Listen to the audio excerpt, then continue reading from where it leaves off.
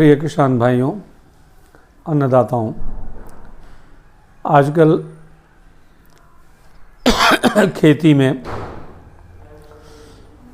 उपज बढ़ाने के लिए, पौध बीमारियों के रोकथाम के लिए, कीड़ों के रोकथाम के लिए बहुत सारी रासायनिक दवाओं का, खादों का, फर्टिलाइज़र्स का प्रयोग हो रहा है, जिसकी वजह से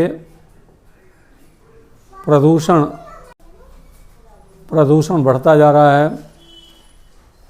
वायु प्रदूषण, सॉइल, भूमि प्रदूषण, जल प्रदूषण और यहाँ तक कि ये जो रासायनिक पदार्थ प्रयोग में लाए जा रहे हैं, इनका अवशेष अन्न में बचा रह रहा है, जिसको खाने से लोगों को तरह तरह की बीमारियां हो रही हैं।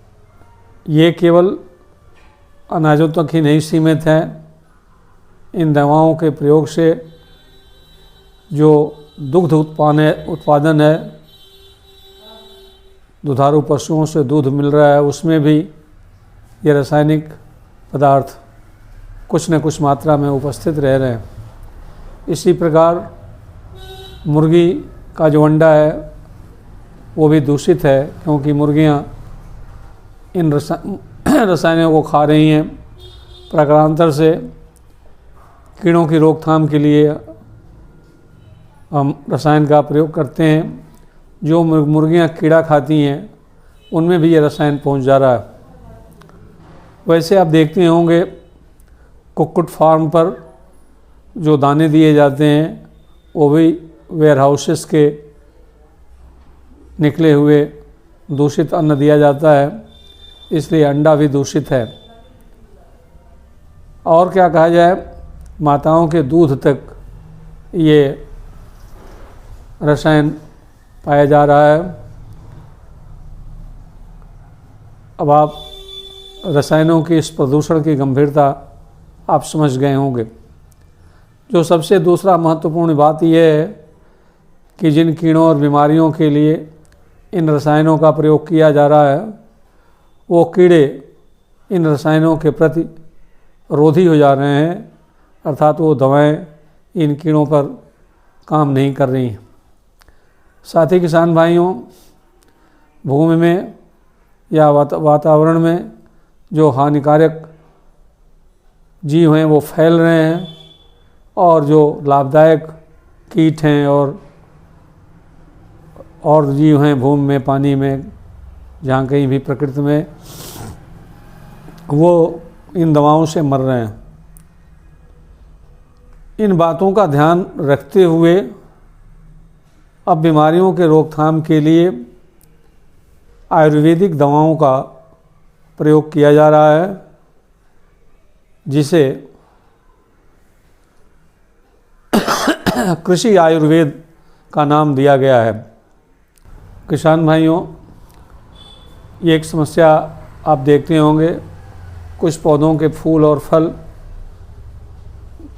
परिपक्व होने के पहले गिरने लगते हैं। यदि इनके जड़ों में शुद्ध हींग डाल दिया जाए, हींग घोल के डाल दिया जाए, तो फल और फूल का गिरना बंद हो जाता है। ऐसा आयुर्वेद में वर्णित है। किसान भाइयों, आपके सामने एक और समस्या आती है। किसी पौधे की जड़, पौधे की पत्तियां पीली पड़ जाती हैं और फल पकने से पहले सड़ने लगता है और गिरने भी लगता है।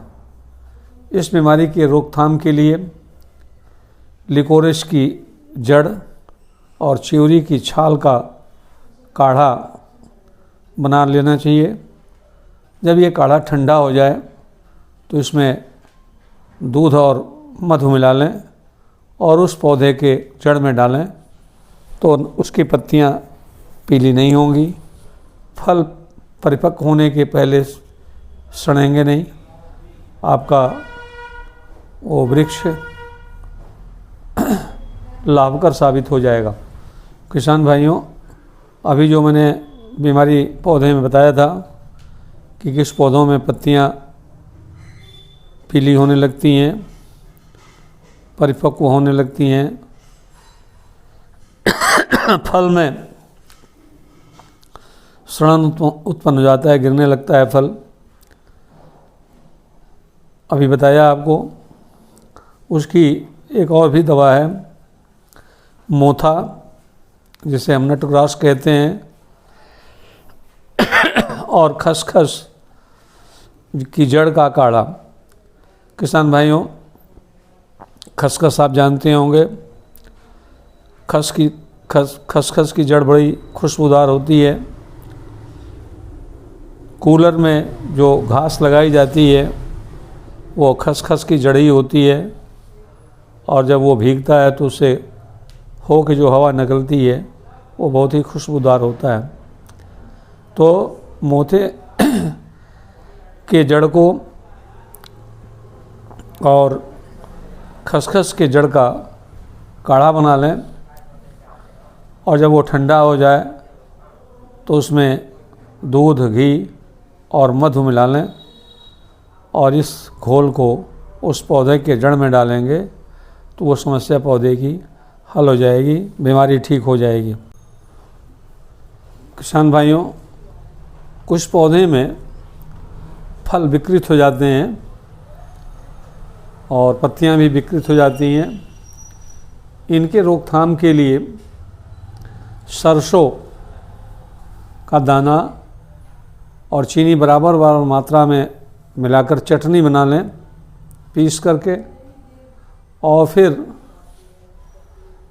उसको का घोल बना करके उस पौधे के जड़ में डाल दें, और फिर कुछ दिनों के बाद तिल, काला तिल हो या सफ़ेद तिल हो, इस तिल का चूर्ण बना लें और घोल बना लें, और घोल बना करके यदि आप पौधे में डालेंगे तो जो फलों में विकृति है, पत्तियों में विकृति है, वह नहीं होगा और आपका पौधा उपजाऊ हो जाएगा, अच्छा फल प्राप्त कर सकेंगे। अभी जो मैं बीमारी बताया हूँ उसके रोकथाम के लिए एक और दवा है कत्थे की छाल, नटग्रास, कंटकारी और सप्तपर्णी का छिलका का काढ़ा बना लें। उसमें थोड़ा नीम की छाल भी मिला लें, और इसका काढ़ा बना करके ठंडा होने पर यदि आप पौधे की जड़ में देते हैं तो ये बीमारी नहीं लगेगी, आपका फल अच्छा होगा। बचाने के लिए करंज की छाल, अमलतास की छाल, मोथा, सप्तपर्णी और विदंगा का बीज लेकर इसका एक महीन चूर्ण बना लें, पाउडर बना लें, और पानी में भिगोकर गाय का मूत्र मिलाकर इसको घोल को सिंचाई करने से, इसके घोल से सिंचाई करने से वृक्ष में कीड़े नहीं लगते हैं। किसान भाइयों, आप लोग जानते हैं, आप प्रैक्टिस में भी है गांव में, जिस पौधे में एक बार फूल और फल लगने के बाद फिर फूल और फल नहीं आता है तो लोग बाग मछली या मांस को धोते हैं जिस पानी से, उस पानी को इकट्ठा करके जब हम उस पेड़ में डालते हैं, उस पौधे में डालते हैं तो उसमें पुनः फल आने लगता है। किसान भाई, आप देखते होंगे कुछ पौधे बिना किसी कारण के कमज़ोर होते हैं।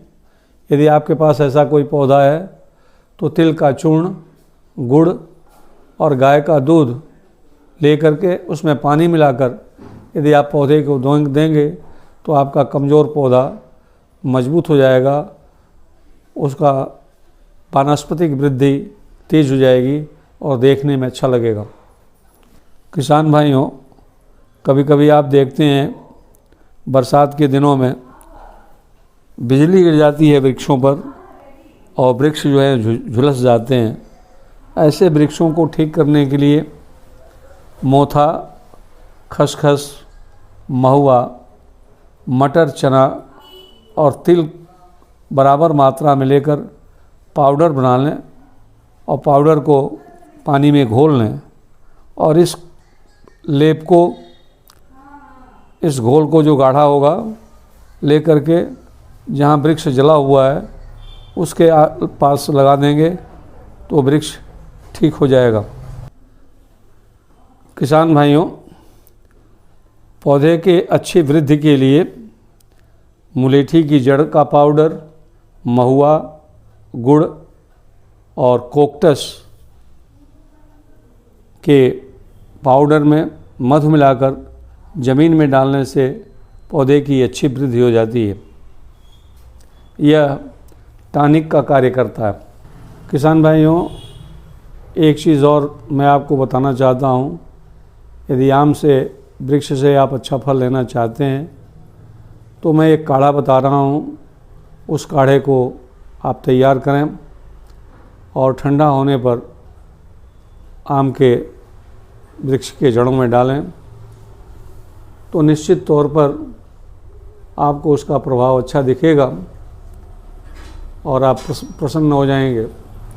इसके लिए सरसों की पत्ती, बेल की पत्ती, चावल का पानी और उसमें खली मिलाकर और पानी उसमें मिलाकर उबालें और जब ये ठंडा हो जाए तब पौधे की जड़ में डालेंगे तो ये आम के पौधे को, आपके वृक्ष को ये बहुत लाभ पहुंचाएगा और इसके उपज से फार्मर को लाभ होगा।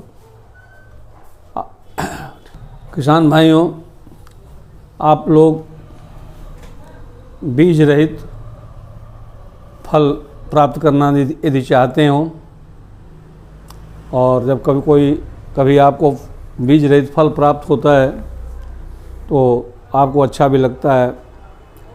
कई ऐसे फल हैं जिसमें बीज नहीं होता है। अमरूद है, इसमें बीज नहीं होता है। अंगूर में बीज नहीं होता है। अन्य और भी पौधे हैं जिनमें बीज नहीं होता है और जब बीज नहीं रहता है तो आपको ये फल बहुत सुहाते हैं, अच्छे लगते हैं।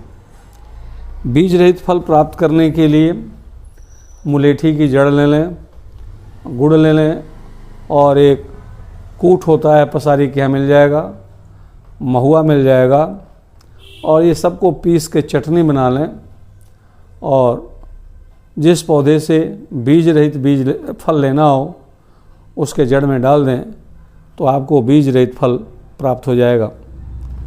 किसान भाइयों, अभी बहुत सारी बीमारियां हैं जिसका निदान, रोकथाम आयुर्वेदिक विधि से किया जा सकता है। कुछ उदाहरण मैंने आपको बताया। मुझे उम्मीद क्या विश्वास है कि यह वीडियो आप यदि शुरू से आखिर तक देखे होंगे तो आपको बहुत अच्छा लगा होगा। यदि अच्छा लगा हो तो आप इसे लाइक करें, सब्सक्राइब करें और लोगों को बताएं, शेयर करें और बिना किसी भेदभाव के कमेंट करें। यदि आपको अच्छा लगा हो तो अच्छा कमेंट करें। यदि कहीं त्रुटि हो तो मुझे क्षमा करते हुए बताएं तो अगले वीडियोज़ में मैं उस कमी को दूर कर दूंगा। अंत में आप सभी लोगों को श्रीमुख किसान चैनल नमस्कार कह रहा है।